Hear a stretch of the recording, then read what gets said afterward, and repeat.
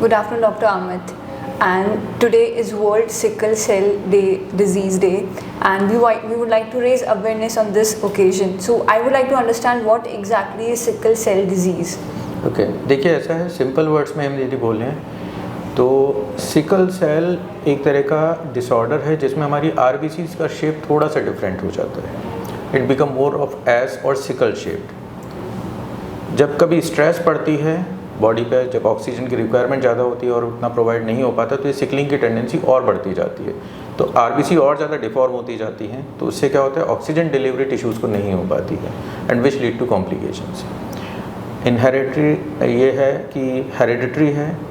कुछ particular populations हैं जहाँ ये बहुत ज़्यादा होता है. यदि हम इंडिया की बात करें तो कुछ उड़ीसा के कोस्टल एरियाज़ हैं या नॉर्थ ईस्टर्न कंट्रीज़ हैं या कुछ ट्राइबल एरियाज़ हैं, उनमें ये पर्टिकुलरली ज़्यादा कॉमन है. And that is actually more important because they don't have good access at times.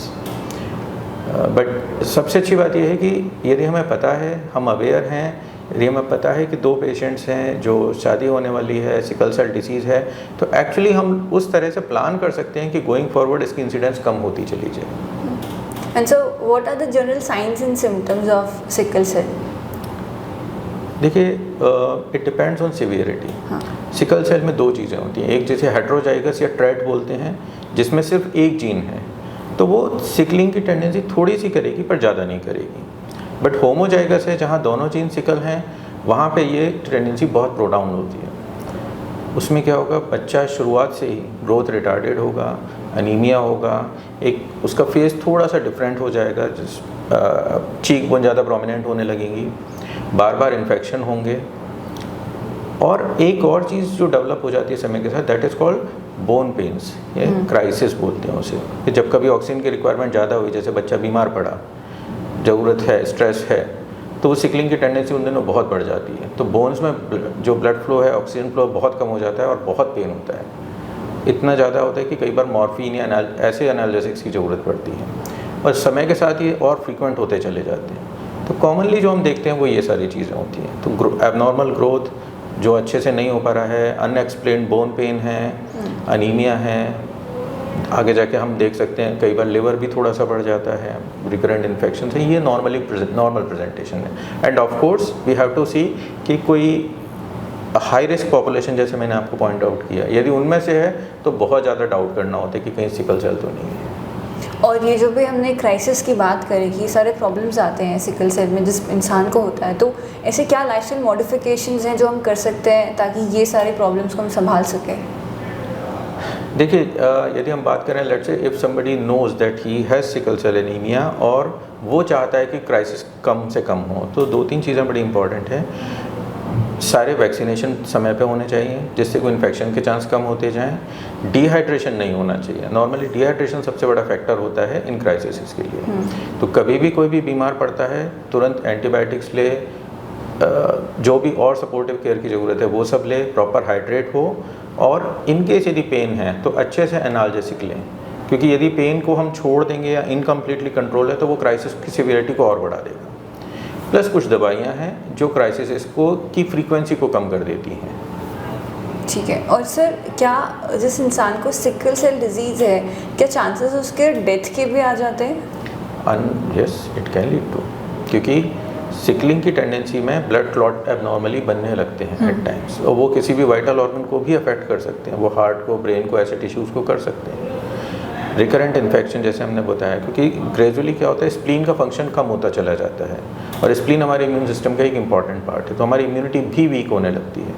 तो कोई भी infection, it can become life threatening also. So that is another cause जो हो सकता है. ग्रोथ रिटार्डेशन होता है कई बार, और सिस्टम भी इफेक्ट होने लगते हैं, जैसे लिवर में कॉम्प्लिकेशन आ सकती हैं, हमारे ब्रेन में प्रॉब्लम्स आ सकती हैं. वो सब मिला के कहीं इम्यूनिटी को और वीक कर देते हैं, काफ़ी अफेक्टेड हो जाती है. तो उसके कारण कई बार कोई भी कॉम्प्लिकेशन लाइफ थ्रेटनिंग हो सकती है. और सर, इसके लिए कोई रिसर्च एडवांसमेंट्स, कुछ न्यू टेक्निक आई है इस ट्रीटमेंट प्रोसेस को और मतलब इस चीज़ को और सिंप्लीफाई करने के लिए? देखिए, गवर्नमेंट ऑफ इंडिया ने इसको बहुत इम्पोर्टेंस दी है. Early diagnosis, prevention and treatment. सबसे पहली चीज़ है प्रिवेंशन. यदि हमें पता है माँ बाप का sickle cell status, we can actively identify those groups तो हम प्रेगनेंसी के समय पे काउंसलिंग करके कोशिश कर सकते हैं कि बच्चा ये मेजर ना हो, मतलब उसमें बड़े मैनिफेस्टेशन ना आए भी तो छोटे आए, दैट इज़ वन। दूसरा, अर्ली आइडेंटिफिकेशन इन किड्स। तो before some big complication happen या सम इरिवर्सिबल कॉम्प्लिकेशन हैपन, यदि हम उससे पहले पिक कर लेते हैं तो उसमें भी गवर्नमेंट कोशिश कर रही है। कई सारे PSCs पर अब अर्ली डायग्नोसिस हो रहा है। HPLC टेस्ट गवर्नमेंट बहुत सारे अपने हॉस्पिटल्स में फ्री कराती है, बट इम्पॉर्टेंट है अवेयरनेस, क्योंकि किसी के मन में कोई डाउट आएगा तभी वो जाएगा। तो अवेयरनेस प्रोग्राम भी चल रहे हैं। तीसरा आता है दवाइयाँ। कुछ दवाइयाँ हैं जो कॉमनली अवेलेबल हैं, कुछ हैं जो नई हैं, पिछले 2-3 साल में आई हैं, बट अभी वो बहुत एक्सेसिबल नहीं है because of the higher cost still, but that is something still जहाँ पे काम हो सकता है। And so lastly, how community is together fighting for this disease? What are your thoughts on that? देखिए, community can fight just by spreading awareness. अब हमें पता है कि कुछ टारगेट ग्रुप हैं, कुछ पॉपुलेशन है जहाँ ये इंसिडेंस बहुत हाई है। इनफैक्ट कुछ पॉपुलेशन में it is up to 20 to 30% of the population. उनमें तो हमें कंपलसरी स्क्रीन करना है सबको, और मैरिज काउंसलिंग, प्रेगनेंसी के समय में काउंसलिंग होना बहुत ज़रूरी है, क्योंकि यदि हम वो भी करते रहेंगे तो एटलीस्ट हमें पता होगा फ्रॉम द प्रेगनेंसी कि कैसा हो रहा है। इनफैक्ट इन यूटेरो, मतलब जब बच्चा पेट में है तब भी आजकल एमनियोसेंटेसिस से या CVS से पता चल सकता है कि सिकल सेल से अफेक्टेड है या नहीं है। तो इन सब चीज़ों को थोड़ा सा जितना हम डिस्कस करें, जितना सपोर्ट ग्रुप बनाएं, हेल्प ग्रुप बनाएं, और लोगों में जाके, चाहे वो CMEs के थ्रू हो या मास मीडिया के थ्रू हो, जितना अवेयर करेंगे लोगों की yes this can be possibility, उतना अच्छा रहेगा। Thank you so much sir, अपने व्यूज़ और इंसाइट्स हमारे साथ शेयर करने के लिए आज के दिन। Thanks a lot.